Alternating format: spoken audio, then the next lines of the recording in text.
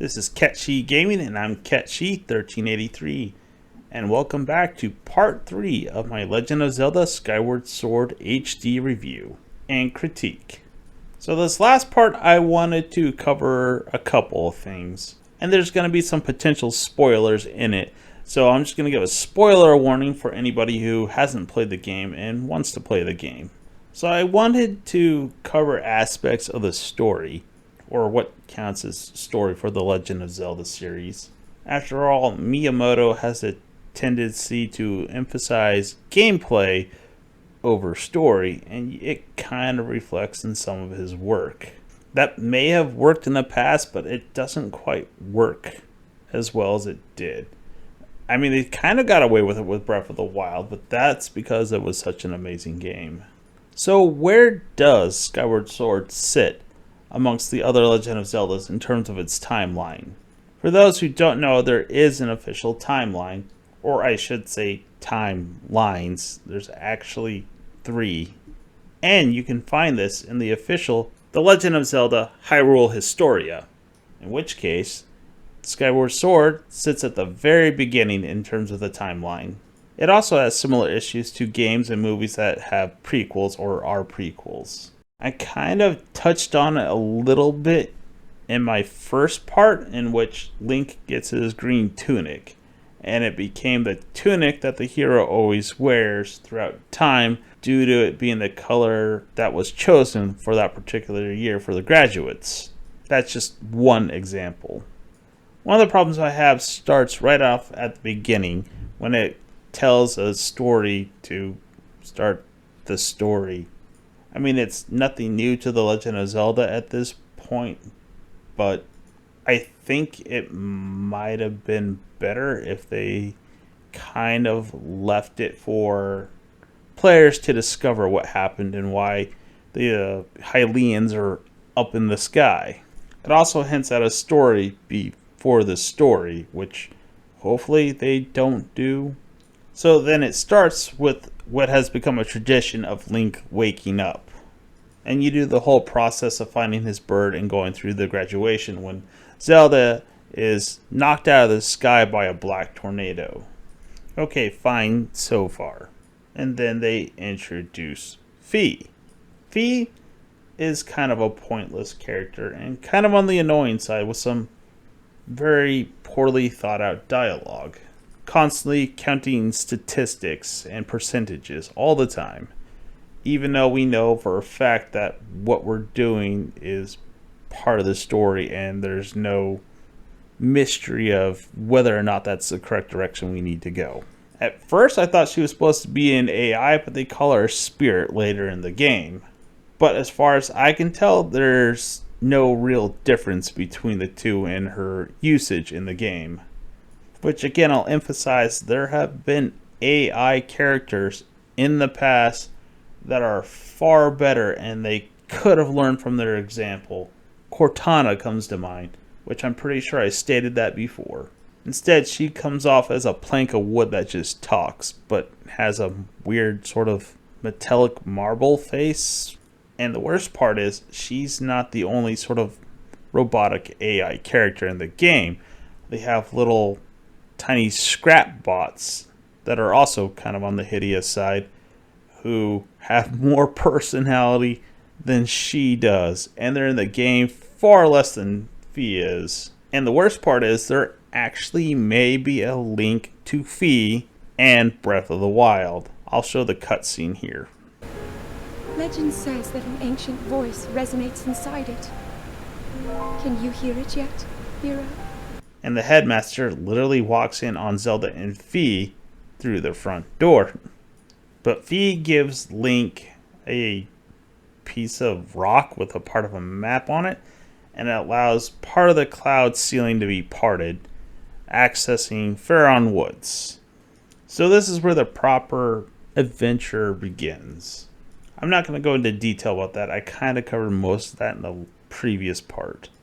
So when you fly out to the woods, you dive down into the hole in the cloud ceiling. But there's one tiny little problem. When you look up, when you're down in the woods, you can see that there's not a cloud in the sky. I mean, they're a little wisp of clouds, but not nearly thick enough to be a thick blanket covering the land. I don't even know how anything survived under something so thick, which is kind of a bit of a problem for the story. I don't know, maybe I'm just being a little too nitpicky, but it seemed kind of a glaring issue to me. You land in an area that you'll become very familiar with because you constantly come back to it, and you fight the imprisoned several times here. It's not quite the same fight, but it's similar enough to be kind of on the annoying side. So after fixing the seal that's keeping them imprisoned where he is, or it is, you go into the temple and you meet Impa. I guess I should just say spoiler for that part. I mean, it really isn't much of one. I'll point out why later. So after talking to her, you go through the forest and you find the temple located in the back of the forest. After you go through the temple, you fight Girahim, the very first boss. And he tells you that he's the one who knocked Zelda out of the sky. Something that never comes up ever again. You see tornadoes up in the sky, but nothing nearly the same as what knocked Zelda out of the sky. So Zelda went through the temple to go purify herself at the fountain in the back, and Girahim's chasing her so he can revive his master. So far, so good. So after beating Girahim, you go into the fountain and you find out Zelda's no longer there, but you get another stone slab that opens up another part of the map, which is Elden Volcano.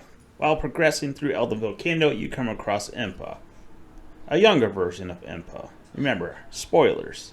How can you tell? Well, if you were paying attention to the old woman back in the temple in Faron Woods, and then you look at Impa, you literally see the same markings on her face, along with a braid of hair that you could pretty much tell just grew really long due to age. It is a secret to no one. So when you get to the end of the temple, it plays out very similar to the first one, except you get a glimpse of Zelda, but Impa stops Link, saying that he was too late and chastises him. So then you go to Linaru Desert. Now this area does have some implications that may have some, I guess for me, effects on the story. So Linaru Desert has the time bubbles throughout the whole entire area and in its dungeons. And remember those little bots I mentioned? They're scattered throughout the area and you can see them activate, along with other bits of technology here and there. This brings up a question. When the demon army fought against the goddess's army, did they have the same level of technology that was happening in the past that you see in Linaru Desert? Or did this battle occur after that? It doesn't indicate in any capacity. You do fight bokoblins that are in ancient armor and have sort of shock weapons. And it kind of feels like there was a story before the actual small short story that they told to set up the game before the actual story started. That being, how did they go from such a technologically advanced civilization all the way down to medieval technology of bows and swords? Was it due to the war with the demons? It doesn't really tell. Anyways, getting back to the main story, you follow Zelda through the dungeon in Linaru Desert to get to the Temple of Time, which is in ruins. Now, I would like to sort of bring up a point here. Like, every area you go into, even Faron Woods, the structures are dilapidated and broken. And it just has the feeling of a post-apocalyptic game. And it's sort of becoming a thing with Zelda. Ocarina of Time. It doesn't start out that way, but you do see the ramifications of it later on when you go 7 years into the future. It was an apocalyptic situation. Wind Waker, a major flood happened. That definitely in my book seems like an apocalyptic scenario. And let's not forget Breath of the Wild, which is definitely post-apocalyptic story. So Zelda and Impa go through a time portal not before Link receives the harp, and Link cannot follow because it's destroyed by Impa as she enters it, forcing Link to find an alternative route to get to the past. In order to do that, Link has to empower, I guess, a set of time blocks located in the first temple in Faron Woods. But the sword isn't capable of doing that at the time, so he has to enhance it. So enhancing the goddess sword involves Link going around to the various areas and finding the sacred flames. Kind of standard Zelda fare because it involves dungeons. But what's saved for Faron Woods, this involves that giant tree in the middle of the forest, leading up to a very old Kikwi. This is the only time you ever use this tree, which kind of have a problem with, considering it feels like they didn't utilize it as much as they could have. So this Kikwi tells you exactly where the flame is and how to get to it, which is in the river, and it shows the door where to go to. But then Fee goes ahead and says there's a certain percentage that the flame is in that direction. We know it's in the direction. The Kikwi just said it. I don't know why she's calculating percentages. It's dumb and really out of place, and it's kind of annoying, especially in the Wii version, which you can't skip through it. And again, you come across an area you will never visit again, unless you want to get a couple of rupees, but that's it. You just go through a very narrow, sort of short river path, and that's it. Although I do realize I just accidentally forgot to mention part of it, and that's when you go to the Silent Realm, and when you complete the Silent Realm, you get a piece of equipment. In case on Faron Woods, you get a dragon scale that allows you to swim underwater. I don't particularly care for the Silent Realm portions of the game, which I mentioned last time. Not only do they reuse a lot of the same assets, but it doesn't feel like they did a really good job, and I don't particularly care for the one-hit kills that the various, guardians, monsters, whatever they are in the areas do. So this is where you meet your first dragon, the ones that are goofy looking and very much out of place for the rest of the game. And now you have to get water for her bath because she's recovering from an encounter of Girahim. This requires you to go all the way back to the very first dungeon. Now, it's not like you have to go through the whole entire thing all over again, but they do alter some parts here and there, making you sort of do another dungeon using the exact same dungeon again. And this is the only dungeon they did it with, so it's kind of weird and out of place. Link then goes through all the areas, including all the Silent Realms, gets all the flames, and enhances the goddess sword, with each one giving it more unique features. Like the first time it increases its length and increases its damage. Does the exact same thing on the second go. The third time, it changes into a very distinct Master Sword look. Not quite there. But it does have a little bit of recycled plot from the Wind Waker. Does the whole lion oath thing where the hilt spreads out. I mean, you can literally watch the exact same thing that happened in Wind Waker happens in Skyward Sword. So after you get the Master Sword, you go back to the temple in Faron Woods, you activate the blocks, and it creates a passageway back in time. When Link steps through, he finds the young, tall Impa and Zelda, which she then encases herself in crystal or amber in order to keep the imprisoned from getting out. I'll also mention before you're allowed to do that, you have to fight the imprisoned again, and Groose helps out with a catapult that launches giant bombs. Link goes back to the present where he's supposed to find the Triforce in order to use it to get rid of the imprisoned. In order to do that, he has to get a song, which requires him to go and visit all the dragons. So when you go to Faron Woods, it turns out you can't drop into the main forest. You're only allowed to do it at the temple. Here, Groose will shoot Link over the forest wall, and when you land in a flooded forest. And I guess they sort of use that big tree in a sense, but you can just go into the topmost entrance, and the dragon said she flooded the forest to kill all the evil creatures, which is just absurdly poor decision making on her part, considering how much of anything else he would have killed by doing so. But in order to get her part of the song, you have to collect music notes while swimming around the flooded forest. I suppose it's slightly better than having to replay the Faron Woods dungeon again. Next, you go to Elden Volcano, where Link, while landing into the volcano, is knocked unconscious by an eruption from the volcano itself, and then you engage in a sort of stealth section of the game. All the bokoblins in the area have scattered Link's equipment around, except for in the very last chest where you get everything you don't get along the way. Kind of felt like an homage to the Wind Waker's stealth section of gameplay at the very beginning when you're infiltrating the fortress. Once you go through this whole entire ordeal, you find the volcano dragon, whose name is also Elden, because the region was named after him. And it turns out that blast that knocked Link down to the ground, knocking Link unconscious, was caused by him, and he apologizes and gives his portion of the song. Then there's Linaru, who also was the inspiration for the name of the region, I guess according to lore, not so much in terms of any planned gameplay that I could tell. There's just one tiny problem when you eventually do find him. He kind of died.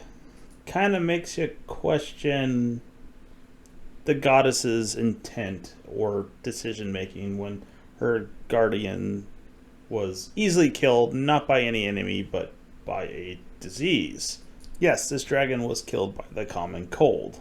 In order to keep him from dying in the past, you have to dig up a sapling of an ancient tree, take it back in time to the temple in Faron Woods, plant it there, go back into the future where you'll have a piece of fruit hanging down, take that fruit back to the desert in the time bubble and give it to him, and he'll be cured without, dying without the time bubble. Makes you wonder how time flows in this game.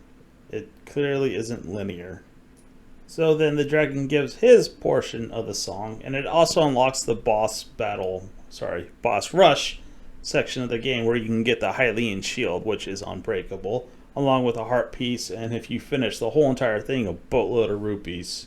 So one thing I did forget to mention, in order to get the first part of the song and the quest to get the rest of the songs, or pieces of the song, you had to make a offering to Levias, a sort of sky whale, and the thunderhead that's smack dab in the middle of the sky section. And I believe, according to what I've heard, that same character, Levias, is supposed to be the windfish from The Legend of Zelda Link's Awakening. So after you get the complete song, you have to go back to Skyloft, where you have to do another Silent Realm. You get a gem from it that you insert into a bird statue, and it shoots a projectile at the temple. And remember that outside path that you took at the very beginning of the game to get into the back? Well, that gets destroyed completely, and an opening to another dungeon opens up. Now, this dungeon contains all the Triforce pieces, and it has a weird gimmick of being a sliding block puzzle as well. I mean, there's no right configuration. You do have to arrange it so that you can get to each and every section of the dungeon. Or I should more or less say to the parts of the dungeon that have the Triforce pieces. Once you do that, though, Link is then transported to the goddess statue that he stood on with Zelda at the beginning of the game with the Triforce. And he makes a wish to destroy the imprisoned. So in order to grant that wish, the Triforce stops whatever force is used to hold up the temple, and it plummets to the ground. So here I have a bit of a problem, because that section of the temple falls perfectly into Faron Woods and crushes the imprisoned, which is not the issue. I guess that is kind of an issue I have, because the Master Sword obviously wasn't enough, so crushing it to death was more than enough.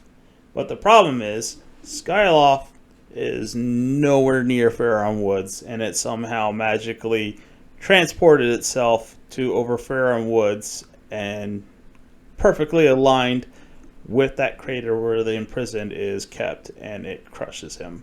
Or it, whatever So Link then goes and gets Zelda out of her crystallized state. And as they're celebrating, Girahim comes through, grabs her, and takes her through the time portal that they have in the temple, literally taking her back to a place she just came from for all intents and purposes.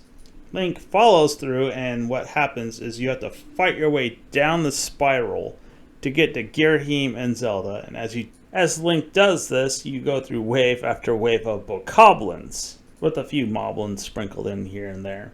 When you reach Girahim, he transforms into his final... Oh man, that's just a really bad sentence. I was going to say form, but I don't know else how to put it, so his final form. But at least this time he doesn't grab your blade. You do have to knock him off multiple platforms, and you do expose a part of his chest. He also pulls out a really big sword in which you have to chop away at the center of it, and if you mess up, he'll try and kick Link, and then he'll fix his sword. So if you're moving too quick, you can accidentally hit the sword at the wrong angle, and he'll fix it. Kind of forcing you to be a little bit more deliberate and slow, which is kind of a little harder with the joystick because you're used to being able to just flail it around. I mean, yes, you can be methodical about it, but most of the time you don't need to. And this is one of the cases in which you do need to stop and pay attention and not just go ham on whatever enemy you're attacking. Even though you defeat Girahim, he successfully revives his master, Demise. And this is where I have a bit of issue with the art style. Demise and his appearance does not match up with the rest of the monsters in the game whatsoever. He's actually big and intimidating. And I guess in a cliche sort of way, he destroys Girahim because, you want to show how bad he actually is by him killing one of his own minions, particularly Girahim, showing that he's really bad. And he transforms into a sword, which I guess was hinted at some point. So this sword, if you look, has a similar appearance to the Master Sword. It has the same hilt style. It also has an inverse Triforce right above said hilt. So Demise then goes into another realm and tells Link to follow. When you go into the other realm, you are standing in water that's reflecting the sky above. The fight with Demise is very similar to that of Ganondorf in Wind Waker and Twilight Princess. He constantly blocks, and you do have to be methodical again, but it's actually kind of difficult to figure out how. The trick that I figured out with Girahim with rotating the analog stick to try and fake him out didn't work with him. And it kind of reverted back to flailing a little bit just to kind of trick him, and it seemed to work. I don't remember having this much trouble in my first playthrough, but my second I did. At some point, though, he'll start raising his sword into the sky, having lightning strike it, and he'll send out waves of energy from it. Now, Link can do the exact same thing, which wasn't really clear in the Wii version, and even then, because of the motion controls, it didn't always respond in a timely manner or at all, which made the analog stick far better again. And it made that portion of the fight easier than the first half of the fight. But again, it ends on a similar note to that of Twilight Princess and maybe a little bit of Wind Waker. And that you knock Demise down to the ground and you impale him in the chest. He then curses Zelda and Link, just like Ganondorf did in the Ocarina of Time. Yeah, it seems they're kind of doing a little bit of recycling here with their plot points. And I guess it's strongly implied that he is the source of the curse and the resurrection of Ganon in all the other Legend of Zelda games. Even though Demise looks nothing like Ganon in any capacity. I mean, maybe the red flaming hair, but the rest of them, not so much. Which brings me to a problem I kind of had with the story, because it's going to be a little convoluted, at least I think it will be, and that's when Girahim took Zelda back to the past to revive Demise, and Link defeats Demise, then was there any reason for Link to ever get the Triforce or go on his adventure to begin with? Because Demise would be dead unless Girahim wanted some sort of revenge, in which case he might have taken her down, but he wouldn't have bothered, having to go back in time and gather all the stuff that he did, because Girahim would not be trying to revive, just try to kill Zelda instead, I think, as a hypothesis. But also, if Demise wasn't a threat in the present, then there would be no need for her to go around and purify herself and then go into the past to keep him imprisoned, because he was defeated in the past. It's really, really weird, and it's kind of a glaring issue with the game's plot. Which leads me to, where did Girahim come from if he was Demise's weapon? If he was defeated in the past, then that means he might not have ever appeared in the present, and therefore never knocked Zelda out of the sky. This is just getting way too complicated or convoluted. So going back to Demise and his death, the Master Sword then absorbs his essence into the blade, with the explanation from Fi that the blade will break his essence down over the course of several years. And Fi says, thankfully, that she's going to go to sleep without ever waking up, and I hope they keep to that. But then they sort of end things with her with trying to do this weird touching moment, or a very bad attempt at it, because there's been zero emotion from her or any form of bonding in any capacity between the two. And it's very much unearned. And she thanks Link by calling him Master, which is a little messed up, maybe because of how I perceive Master and its usages. And they give Link the facial expressions to show that he's kind of sad, but yet again, this whole entire moment was not earned in any capacity. She was a terrible sidekick, and I'm glad they didn't bring any back after her for Breath of the Wild. Also, while recording this, it also occurred to me that it's very similar to how that dumb robot from the Han Solo story was incorporated into the Millennium Falcon by her being downloaded into it. Fi is kind of the same thing, except this game happened before then. And I'll admit, the ending kind of drags on just a little too much. It has some bit of animation where they have Groose and his two lackeys hanging out by the temple.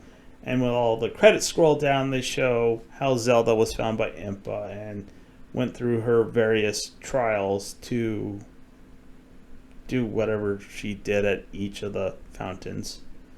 So the story kind of started out okay, just okay, but then it developed that glaringly huge plot hole at the very end. And Nintendo is kind of known for trying to put gameplay over story, and it's very obvious with this Legend of Zelda. And to be honest, I kind of came to this conclusion that the Wii version of this game was just a glorified tech demo to show off the Wii Motion Plus, and that Nintendo was willing to put one of their major franchises out there as the poster child for what companies could potentially do with their system and the motion controls that they had. I have nothing to back that up, it just feels that way to me. But if you do play this game, definitely go for the Switch HD version, skip over the Wii version. As much as I despise the story in this game, I did find myself enjoying the gameplay with the analog sticks. And to be fair, they clearly learned from their mistakes when they made Breath of the Wild, in which many features from Skyward Sword made it into Breath of the Wild. If you made it this far into the video, thank you for watching. Please like and subscribe. Have Have a good one.